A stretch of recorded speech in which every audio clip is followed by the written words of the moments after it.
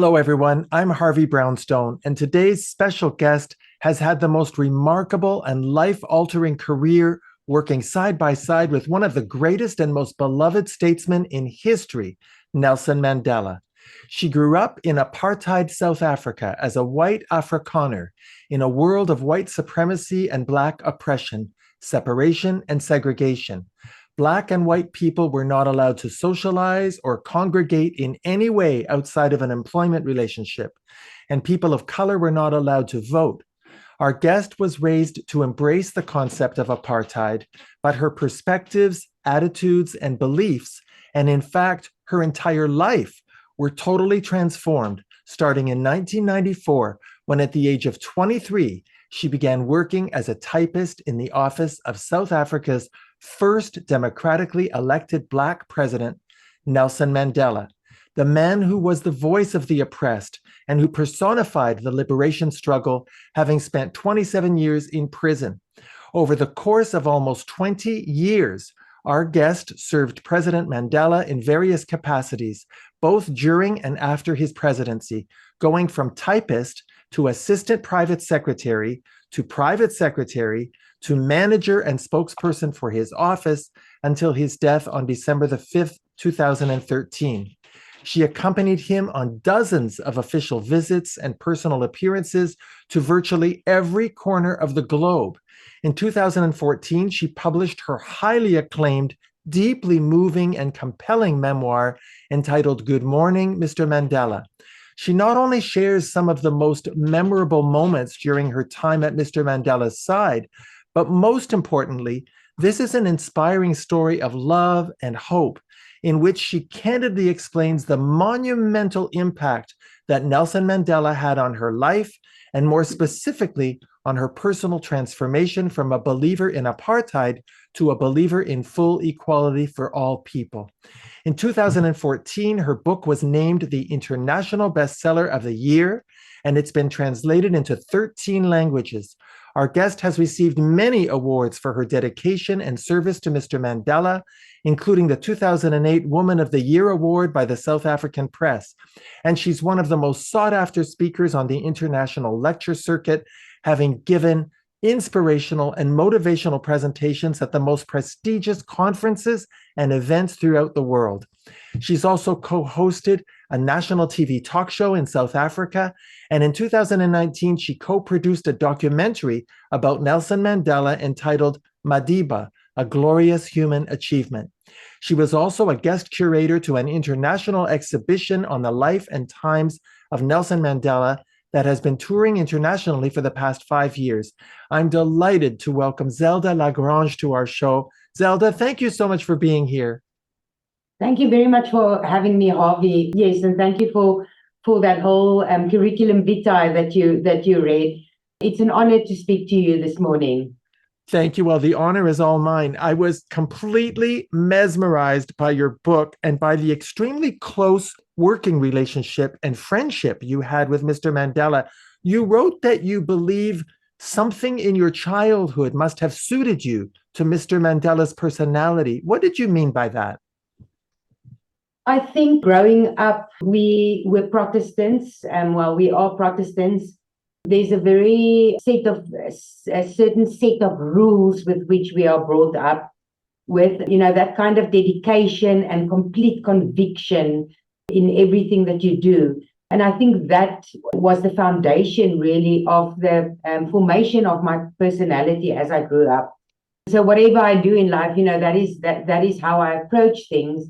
And of course, then, being in service of someone like Nelson Mandela, that is what he needs. So I think that all worked in my favor. And we some of us, I don't want to make blanket statements, but some of us are, and many of us, rather say that, are honest, good people, and I think I'm a caring human being and a kind human being by nature. So I think all of that was at my advantage. I want to take you back to the first time you met Nelson Mandela. Was it an emotionally powerful experience for you? Extremely powerful, Harvey. That's why I chose the title of my book, Good Morning, Mr. Mandela, because that moment that I met him for the first time, opened up a window in my life of seeing things differently. Of course, a process followed where I had to interrogate my upbringing, my religion, and all kinds of things, the role of the media in my life, censorship, and so on. So it was a life-changing moment, that meeting him for the first time, and that spiraled into this metamorphosis, as I describe it. Your book really gave us a strong sense of who Mr. Mandela really was in terms of his values and what really mattered to him in life. Zelda, I was amazed to learn that Mr. Mandela held no bitterness against white people, despite all that he suffered in prison for 27 years. How could anyone be so forgiving? Harvey, it still boggles me to this day, because he was just, I mean, such a better human being than I am. I hold grudges against people from childhood, perhaps we all do. But, what does it take of the human spirit to be that forgiving? And it's therefore, you really have to work hard at yourself. And we spent many hours together to try and explain to you. It's not like in the US, you've got a post-presidential office of, hundreds of people or 50 people or whatever serving the past president. In South Africa, we started with just me and Mr. Mandela and my dining room table, in those days, a fax machine. And it's the days before Google, so, very simple. So whenever we traveled, whether it was local or international, I was with him. Whenever he was in the office, I was with him. So the amount of time spent in 19 years is like, bringing up a child, but the child never leaving for school. That's the amount of time. So there's enough opportunity for a person to get irritated with someone else's company, to get frustrated, to think of, negativity. And especially as he got older, as he struggled, I was desperate for him to almost show that anger and resentment. And I said to him, it's unnatural not to have that, because in the 19 years that I've spent that much time with him, I didn't see a crack of bitterness or hatred or resentment. None. So I said to him, take it out on me. I'm fine. We know, I love you and I will forgive. It's unconditional. But you can't keep it inside yourself, and if it's there. And then he would smile at me and almost, make banter of it and just say to me, but there is nothing. There's nothing he needs to search for, because there's no anger and no hatred. And Harvey, one of the things I heard him say most often over the 19 years that I worked for him was that it's easier to change others than it is to change oneself. And that is the absolute truth. We find it very difficult to change our behavior, our bad habits, our physical appearance. It's very hard. It's hard work. But yet we want to tell everyone around us how to live. So in prison, he realized that unless he got rid of that bitterness and hatred, he cannot preach forgiveness and unity and reconciliation in South Africa. And that's where it comes from, is that just that strong will to change oneself. Well, I want to ask you about the reconciliation. One of Mr. Mandela's big priorities when he became president was to bring about reconciliation between the Black and white communities and building national unity. You wrote at some length about the tensions and resentments that you sometimes had to deal with because you were a white woman in a very powerful key position in Mr. Mandela's organization.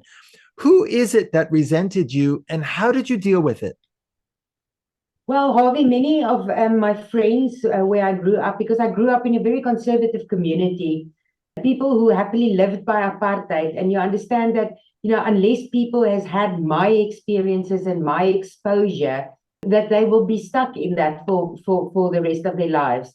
So from my community, my friends and so on, some of my friends said, oh, now you're working for the enemy.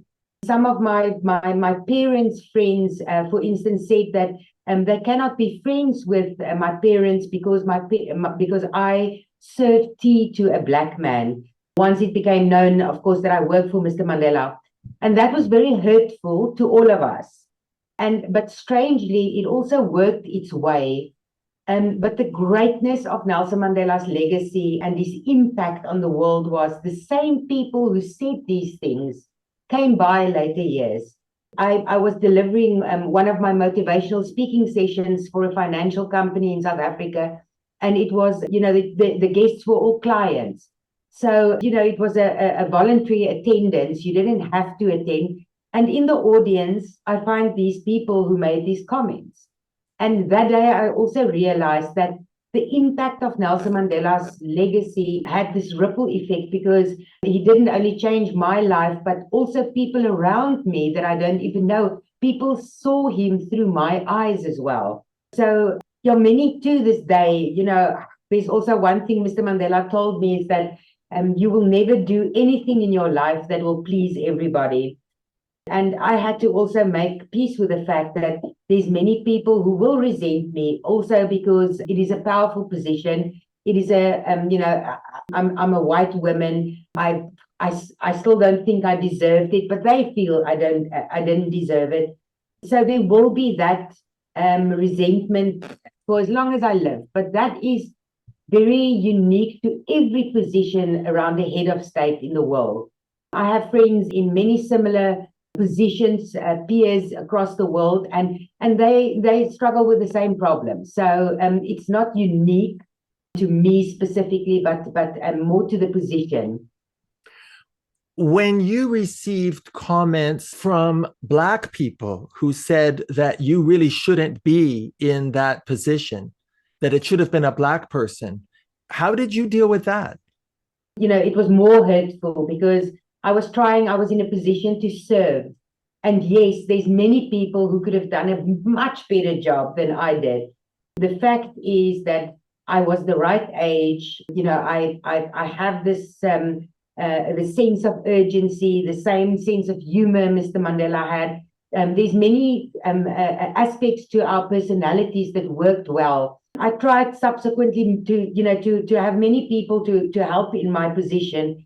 But you always found that Mr. Mandela needed a certain kind of chemistry in his working environment, and he needed someone, that knew him very, very well, and I was that person. So the critique that came my way, as I said, was hurtful. But then Mrs. Graça Machel, Mr. Mandela's wife, she said to me, I don't need to defend Mr. Mandela's decision that he picked me, he handpicked me from his presidency. And that's a decision, no matter who and what I am, that's a decision I do not have to defend today. People had 19 years to also raise their concerns whilst he was alive and whilst I was working for him, and they didn't, and some did, and he explained things to them. So there's no use in trying to defend that now. Of course, there's always, because now there's something like cancel culture, there is social media and so on. So it is hard because, I always ask myself, what is the intention of saying certain things? And it's because people are hurt and people are disappointed. And there's that little bit of jealousy. And that I understand completely, because probably if I wasn't in the position, I would also be jealous of someone in that position. So I don't blame them. I don't blame people at all. I understand. I've come to understand it. It was much more difficult when I was young, but now I live with it. Over the years, Zelda, some people have said that Nelson Mandela catered too much to white people at the expense of Black people. What's your response to that criticism? Well, it's still ongoing. There is this populist talk that that he sold out. He sold out South Africa to the apartheid regime by negotiating with them. But many people forget, or they are too young to know, that South Africa was on the verge of a civil war. And coincidentally, there is also a new book about called The Plot That Saved South Africa, about the weeks after the death of the assassination of Chris Hani. And this book by Justice Malala is beautifully explaining, what happened and what the tension was really like and about in South Africa. And that's where Nelson Mandela stepped up into this leadership position where he actually, there was a transfer of power. He became the president of South Africa when he made an announcement to all South Africans on national TV to try and diffuse the situation. So, there was many meetings, and he told me about many instances where people said that Black people said the ANC, the military wing of the ANC and the PAC said that they were ready to go to war against the apartheid regime. And Mr. Mandela said to them, well, do you know where is the power situated of the South African National Defence Force, or just the Defence Force those days? How many soldiers does the apartheid regime have? How many arms do they have? And no one could answer that question. And he said, well, then it would be a very foolish thing to try and go to war with an enemy you know nothing about. So people who criticize him for being too kind to white people forget where we come from. Or, as I say, they are too young to know how it was really living under the apartheid regime, where we were at knife's edge on more than one occasion. That's very, very well put. And I'm really glad that you clarified that, because we don't understand the context the way you do. And I really appreciate that clarification. Now, when Mr. Mandela left the presidency, he asked you to stay on as his personal assistant. You were handpicked, and you worked very closely with him in creating and supporting the Nelson Mandela Foundation, which was dedicated to building schools and clinics and fighting AIDS.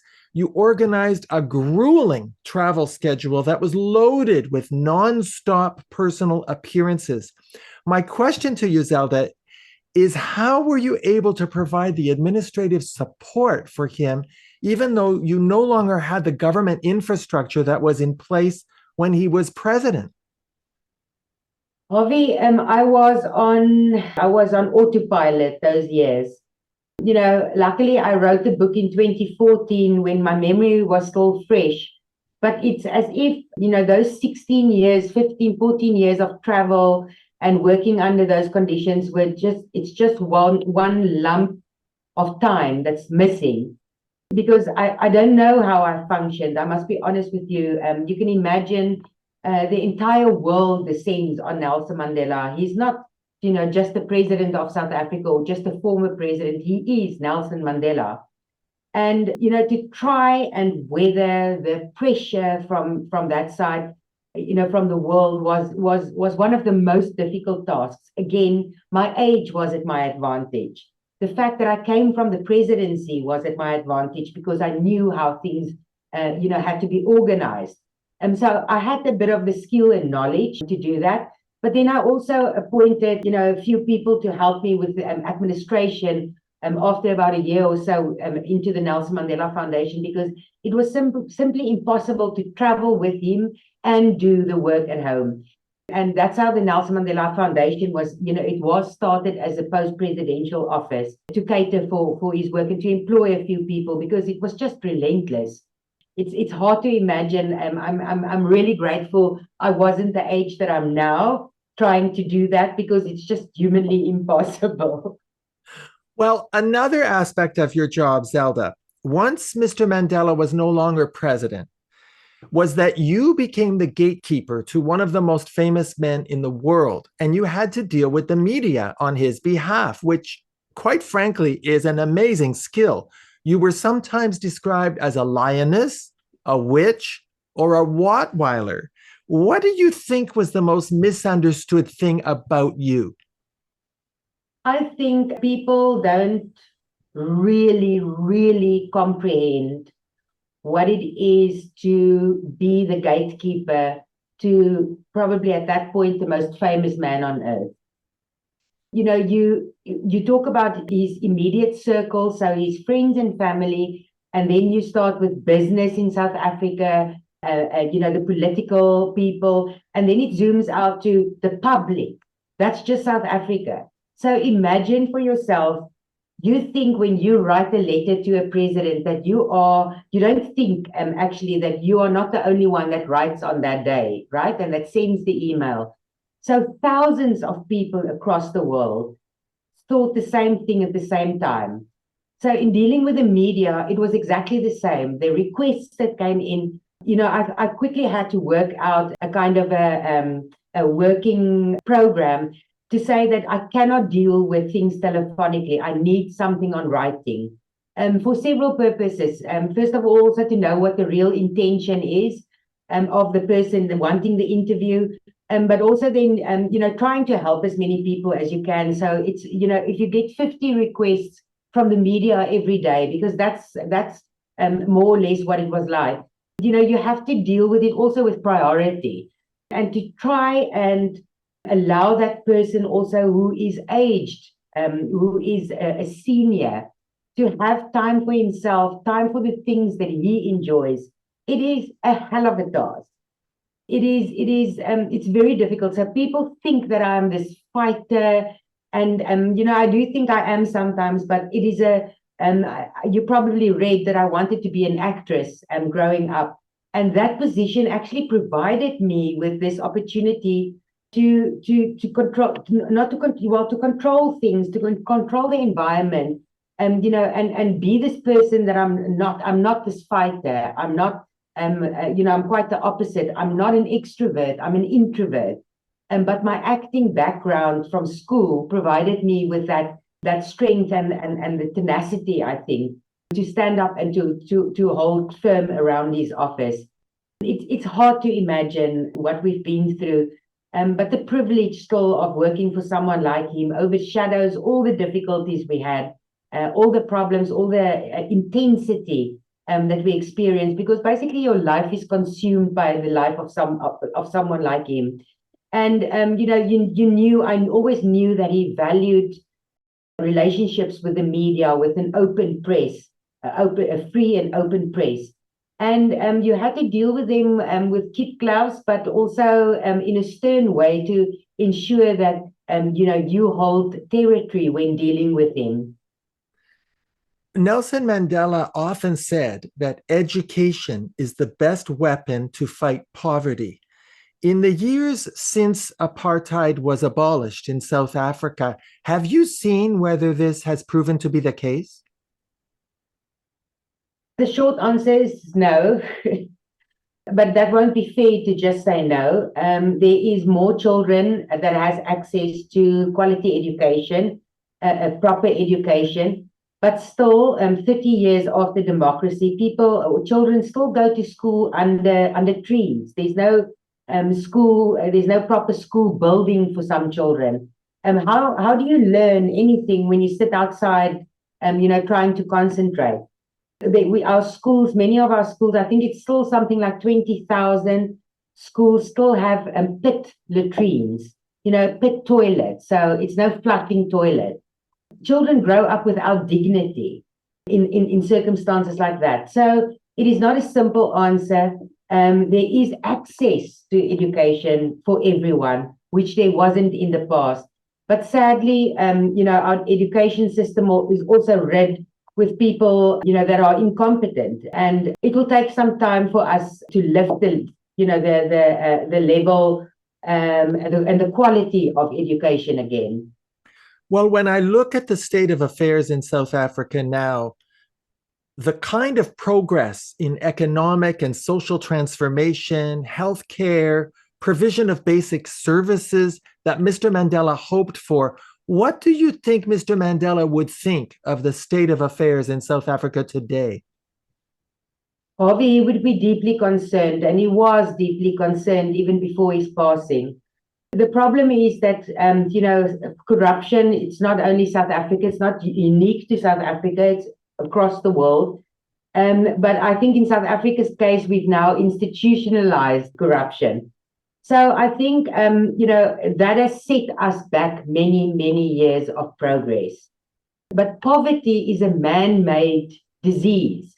So it can be overcome with the will of the people, the political will. And sometimes I think that is what we lack. We have a shortcoming of leadership across the world, and South Africa is no different from it. But because of our socio-economic problems, because of history, the gap between rich and poor have just been elevated or widened.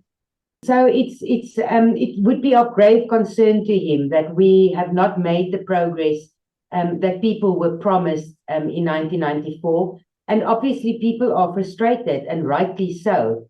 You know, we some of our state institutions and our multinationals, like our power utility, they've been bankrupted by corruption.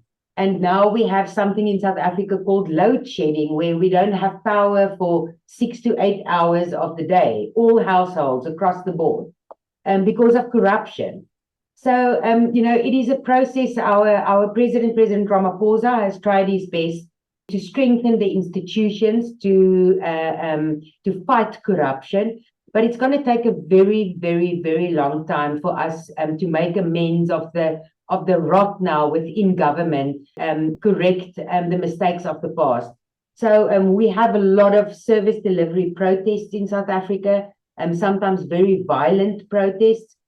Crime is completely out of order, but in the US it's no different. You know, it is the trends with the world, we are just worse off, I feel, because of our history of apartheid. And it will take some time, but it takes the will of the people. And, the people, the African National Congress, the party, Mr. Mandela's political party, they had this beautiful document called the Freedom Charter. And in the Freedom Charter, which was adopted in 1952, I think, in the Freedom Charter, it starts with the people shall govern.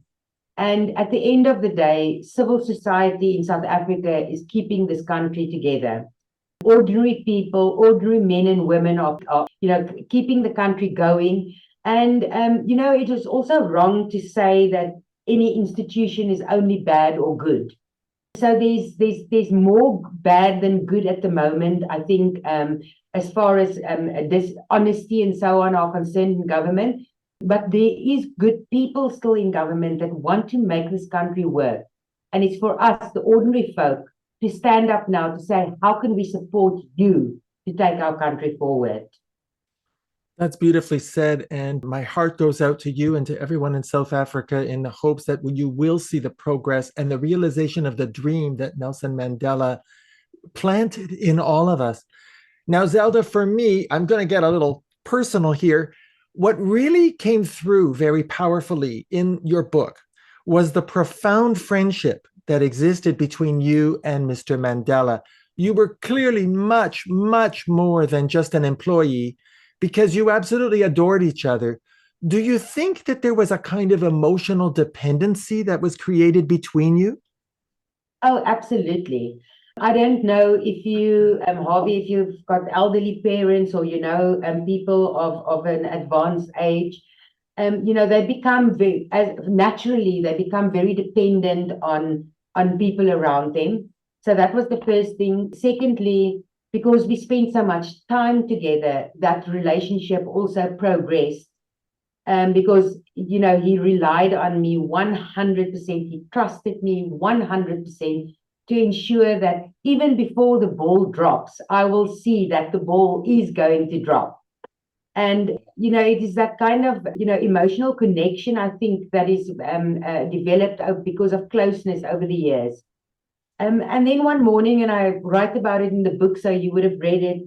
One morning, I think in the mid-2000s, I was ready to leave.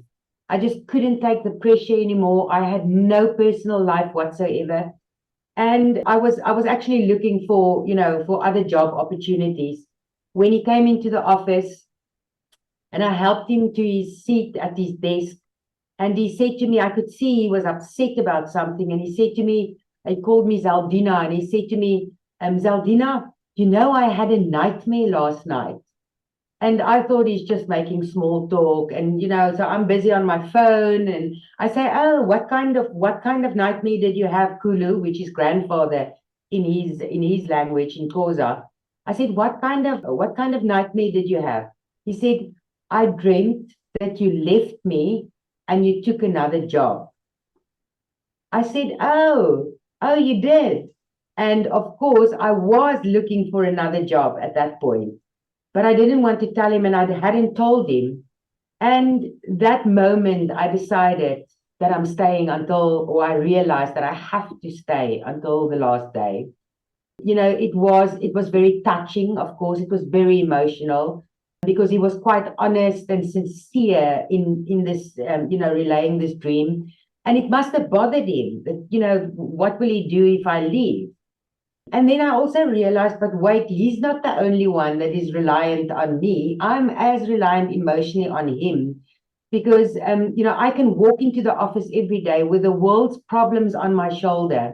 But when I see him, it makes everything worthwhile, and he lifts the burden even without doing anything, without, helping me with the administration and so on, and the gatekeeping, as you described it. But just seeing him and that beautiful smile and his warm love and care every day, that made it worthwhile, and that's why I stayed.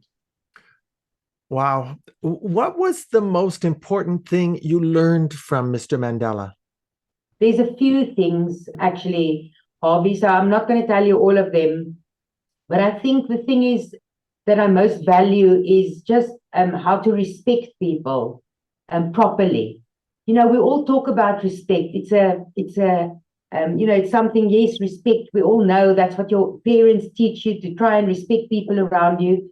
But to really value and appreciate people and to show compassion in accordance with that respect. To remove that prejudice and bias with which we see each other. I think that is the most important thing. It is there's one thing that he said: the way you approach a person will determine how that person treats you. And that's the absolute truth. And I've tried it in my personal life that, if I go to a shop, I connect with the person that takes the money from me, or the person that works in the shop. I really connect, because now we are all on our cell phones. They say it's the age of smartphones and stupid people, right? But I take time, I put that phone down and I connect with the person. I look into their eyes and I ask about them, because no one is interested in one another. We're interested in social media, but we not really show that interest from human being to human being. And in Africa, we've got this concept called Ubuntu.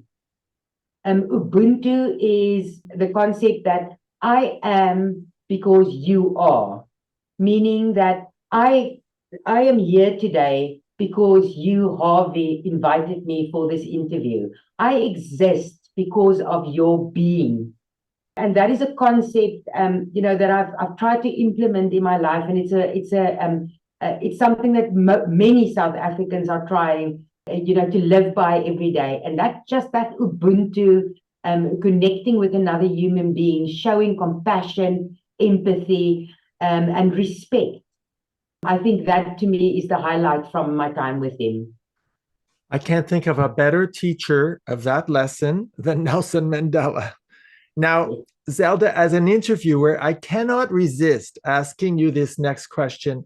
I'm sure you're aware that there's been a lot written about Nelson Mandela's interview with Larry King. His answers were, in my opinion, short. He seemed rather remote. But when Oprah interviewed him, he seemed much more responsive. What do you think accounts for the difference in the way he presented himself in those two interviews? Okay, so Larry's interview, I was there when we did the interview. And first of all, it was a very long overseas trip. He was kind of tired. And he also knew that Larry was the type of journalist that Larry was. He was trying, to ask questions that would not provoke him in a negative sense, but ask questions. I don't know, how do you describe it? Just ask difficult questions. Well, I think he tried to ask controversial questions. Yes, controversial questions as well, because that's what journalists do. But Larry, because of who Larry was, of course, he was on high drive that day. And Mr. Mandela had a very fine intuition when it came to things like that. He found that very intrusive, for someone to be too robust. Because, for him, it's two people having a conversation. But when there's that robust, I mean, he didn't shy away from it, but he was on guard. So it's not that he was uncomfortable, he was on guard. And then with Oprah, of course, he met her once or twice before he did that interview with her. And they were much more comfortable. It's again that chemistry thing. And it's not because of people's race or their ethnicity or because Nelson Mandela could connect to any human being, irrespective of ideology and status and as I say, race and religion. But they had this chemistry. Oprah and Mr. Mandela had a very natural chemistry because of the warmth that she also expresses. So I think it was just a much warmer interview with her than with him. But I don't think he ever said anything negative about Larry's interview. He was just very to the point, and because he was on guard. Yeah. Well, I just wish I'd had the chance to interview him because I felt I would have done a better job than Larry, but that's just me. One thing that really shocked me, really truly shocked me in your book, that I actually had to put it down and compose myself. You wrote that Mr. Mandela sometimes would say to you that he missed being in prison. What did he mean by that? Yes, I was as shocked as you are when he said that. The first time I said to him, don't say that. People will think that you are serious. What a unnecessary thing to say. But then he said to me that, what he valued in prison was time to think. Outside, life is so busy. He was almost more a prisoner outside, of prison than he was inside. Of course, you can't compare the two. The freedom is a gift. But so it's not that he enjoyed prison. It is that he valued time to think. Secondly, he was surrounded by his comrades. And I saw a bit of that, when I say his comrades, his colleagues. And when I saw that later years, that how annoyed he got when we, the people that worked for him, had to go home at night. Because we've got homes and we've got lives and we've got family. And what he enjoyed in prison is that he was surrounded by people all the time. And I think that was the reference. He valued time to think, because he said that, unless you can contemplate about something from all angles, you can't make the right kind of decision.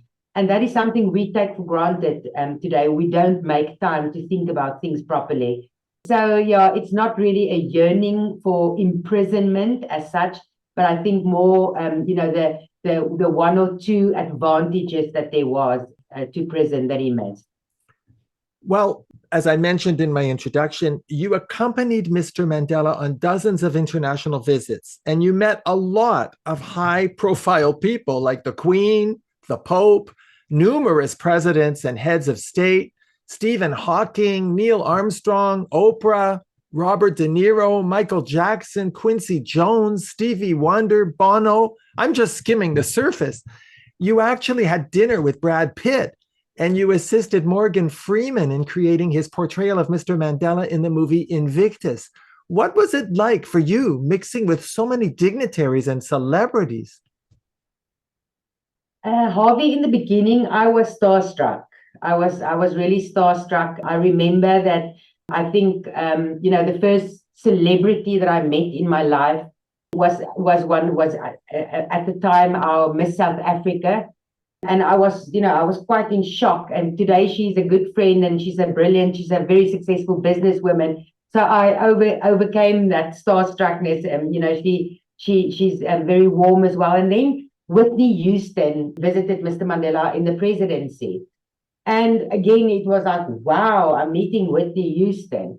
And then the third and the fourth and the fifth happens. And then you realize that when these people, when they enter the door, they are in complete awe of Nelson Mandela. And I am working for Nelson Mandela, yet I am starstruck by these people. And when I say these people, it's a very Afrikaans way. There's no gender with that. Please understand me when I say these people, it refers to a group of people. So it weaned off over the years. you started seeing people just as human beings, because there's also a desperation from certain celebrities to want to be seen as a normal human being. Especially they want to be comforted when they are in Nelson Mandela's environment. And I am the one that's supposed to provide that comfort. So how is it that I'm now the one asking for autographs and for pictures and so on? It would it and I don't think I would have lasted with Mr. Mandela if the fame and the celebrity of other people got to me. I always needed to focus on, I need to keep him happy. He needs to know what happens next. He needs to be rest assured that he is safe and that, you know, things will happen according to his wishes. And that is what I focus on. I can't focus on people's status. So, you know, it disappeared after a while. And, you know, I was still very impressed because certain people, certain celebrities use their profiles for the good of humanity. You know, some celebrities walked through the door without even greeting any of Mr. Mandela's staff. Now, if Mr. Mandela would go into their offices, he would greet, you know, from the doorman, you know, to the person that serves the tea. It's so different from his character. So I started judging people with how they treat the staff. And you know, in our office also we had a thing, we never asked for photos with celebrities because they are so, I know how Mr. Mandela, how sick and tired people get to be asked for photos. So let's create an environment where, you know, you are not bombarded as a celebrity. When you walk through that door, you also need protection. So I wasn't very popular for such decisions, but at the end, I think that also played in my favor, that I wasn't starstruck with people that came to visit Mr. Mandela. He was my main priority. You were absolutely cut out for that job, because I have to tell you, if it was me, I would have been so overwhelmed. I mean, you actually met Neil Armstrong. Oh, yeah, that was fabulous. That was one of my favorite moments. You know, such a kind and gentle soul. And he was already advanced in age, and so was Mr. Mandela. And it was quite a beautiful interaction to see. It was yeah, I must be honest with you, that was one of my favorite meetings. I think I was more inquisitive about his experience than and well, Mr. Mandela was too, but I led the conversation and asked most of the questions. So yeah, it was great. Zelda, I want to read you something that you wrote in your book about the impact on your personal life of having such a demanding job for almost 2 decades. You said, I'm quoting you here, your being becomes consumed by the job, and you wake up worrying and stressing about what lies ahead, not contemplating anything else that would resemble normality. So, Zelda, over the 19 years that you worked with Mr. Mandela, tell me about some of the sacrifices you made in your personal and your family life, because it sounds like that job absorbed your entire life.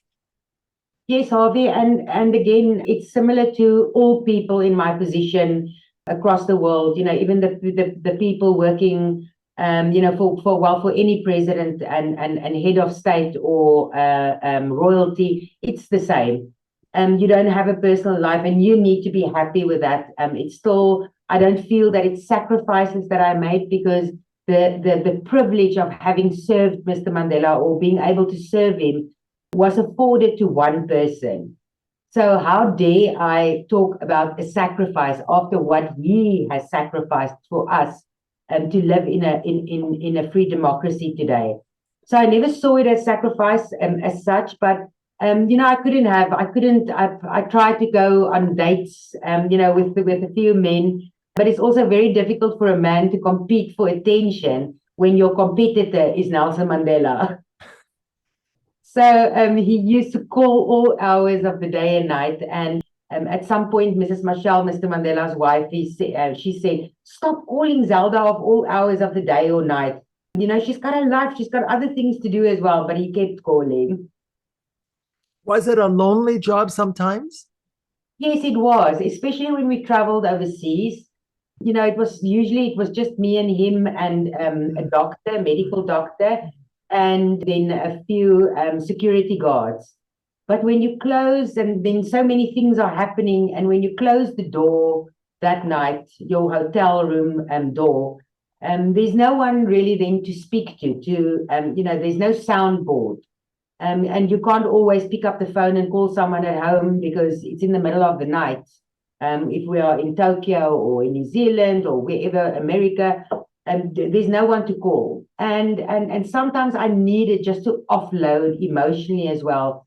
Because as I said to you, I'm an introvert by nature. So, it's really, I'm dealing with all these masses of people, and then I need to retract. But then I need someone, to offload to. So it was lonely. Yes, it was lonely. And, the criticism and so on, it gets a lot. It gets emotionally, it gets a lot. And it's not something that I wanted to bother Mr. Mandela every day with. It's not, I didn't want to go and complain to him because, some of my colleagues in the presidency complained to him endlessly about, these silly things and gossip and really, stupid things. And I thought to myself, well, he's got more important things to do. So I need to carry this burden. I made this decision also to take this job when he asked me. So I need to deal with it. So, but now looking back, it's not a sacrifice. I wish I could have every single day all over again. Boy, was he lucky to have you in his life, and I think he knew it. You were at the center of so many landmark events and milestones in history, and you wrote something very interesting about that. You said, I often sat in planes and helicopters trying to comprehend what had just happened to me. A certain sadness would then fill my heart.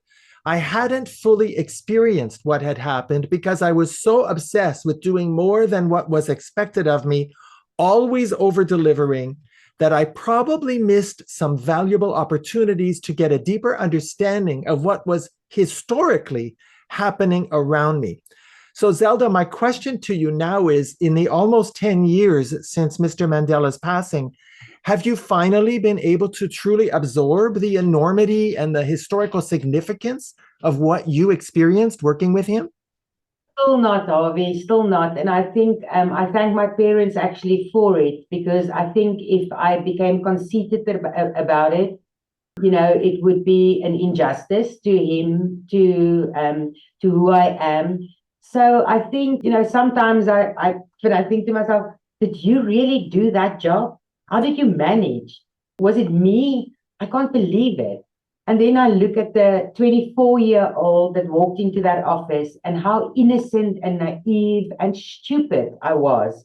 That is normal for a 24-year-old, but I think, mine was elevated. And then I think the person that I am today and the changes that I've been through, just what an enormous, enormous privilege and honor it was to work for someone like him. And I think that keeps me grounded. I don't walk around and brag that, I was this person or that worked for him. It is part of my life because it is my frame of reference. Unless we all decide that whatever you did for 19 years, we erase from history and we don't refer to it, then I'll do mine as well. Because people do tell me sometimes, we are sick of your stories of Nelson Mandela. And then I want to say to them, okay, so then your reference of 19 years also don't count. But I am deeply, deeply privileged still and honored and grateful for that opportunity. So it's not, I don't think it's something until I have my last breath. I don't think it's something that will truly, truly absorb me. I go on, I live a life, I still speak about him in motivational speaking sessions often. So, it's very much still part of my life every day. And it's not, there's no distance as such created. What do you think he would think of your book? I actually, I'm sure you know who Richard Stingel is. Richard was in our office, the editor of the Time magazine. Editor-in-chief. Richard was in our office one day, and when Mr. Mandela was alive, and Richard said to Mr. Mandela, Oh, I can't wait 2 years to read Zelda's book. And Mr. Mandela looked at me and he said, me too, I can't wait. And I thought that I said to him then, I'm not a good enough writer to ever want you, to read anything I write. I'm not a so-called author. It's just I'm putting down my memory on paper. So I think he would have enjoyed the story. He always valued independence and independent perspectives on things. And I think he would be very happy that I put down my experiences and I share my experiences with people. And hopefully people, can see him in a different light also through reading the book. I share him or the person that I knew, I share with the world. So I think he would have enjoyed it and he would have laughed at some things. And I think towards the end, it would have made him sad to see how sad I was. Well, your book immortalizes him in a very personal way and gave us a real look at who he was and what it was like for you to watch him operate both behind the scenes and, of course, in public. And also, of course, you wrote about his decline. I actually think your book should be made into a movie. Yes, it is. The rights have been reserved, Harvey. But as you know, these things take time. So it's been, I think, about 8 years now. Hopefully, touch wood, because they had a brilliant director, and unfortunately, he passed away. So they were, busy looking for directors again. So hopefully, in the next few years. Well, please, when that book becomes a movie, please come back to our show and promote the movie. I will, definitely. I will. Thank you so much. I want to tell our viewers that you can learn more about Zelda La Grange and find out about her speaking engagements and her work as a moderator by going to her official website, zeldalagrange.com. Well, Zelda, I have only one more question for you, and it's this. If I'm not mistaken, you have a tattoo on your left wrist that says "Pursue your passion" in French. Is that right? That's correct. Yes. Well, now in the almost 10 years since Mr. Mandela passed away, one of the passions you've pursued is the 67 Blankets charity, which has become a global phenomenon. Can you tell our viewers a little bit about that, please? Oh yes, it's a fabulous friend of mine, and she was actually ringing now. I don't believe in fate things, or I believe in fate things happen as they should. She was actually ringing now whilst we are busy with this interview. Carolyn Stein, her husband was a friend of Mr. Mandela's, and it started as a challenge just after Mr. Mandela's passing. I wanted her to win at something. She was having a simple day with someone. And I said to her, well, why don't you knit 67 blankets before Mandela Day? This was in December of 2013. And by July of the next year, 2014, I think they knitted 670 blankets instead of 67. So this initiative has really grown. I'm not personally involved with it on a day-to-day basis, but I've recently joined one of the events. This coming Saturday, I'm again with them in one of the rural towns in South Africa where they are celebrating. It has really, captured so many people. It's given people purpose as well. So I'm very proud of Carolyn Stein that she has taken this initiative forward and doing this brilliant work and giving people purpose through this charitable drive. I registered the Zelda La Grange Foundation, and my focus primarily is looking after foster care children, helping them develop skills and opportunity, giving them opportunities to develop to their maximum. So that is my baby, and that is what I do in a charitable way. But I support Carolyn Stein in her blankets as far as possible.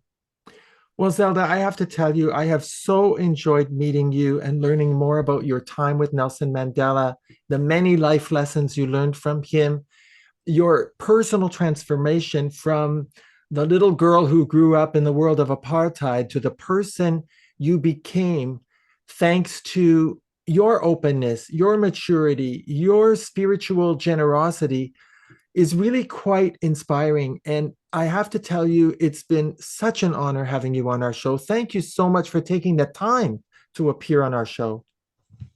Thank you very, very much for the opportunity, Harvey. In the spirit of Ubuntu, I did this because you asked. I am here because of you. So thank you for giving me this platform. There's so many books to read about Nelson Mandela, but I hope that people will read at least just one.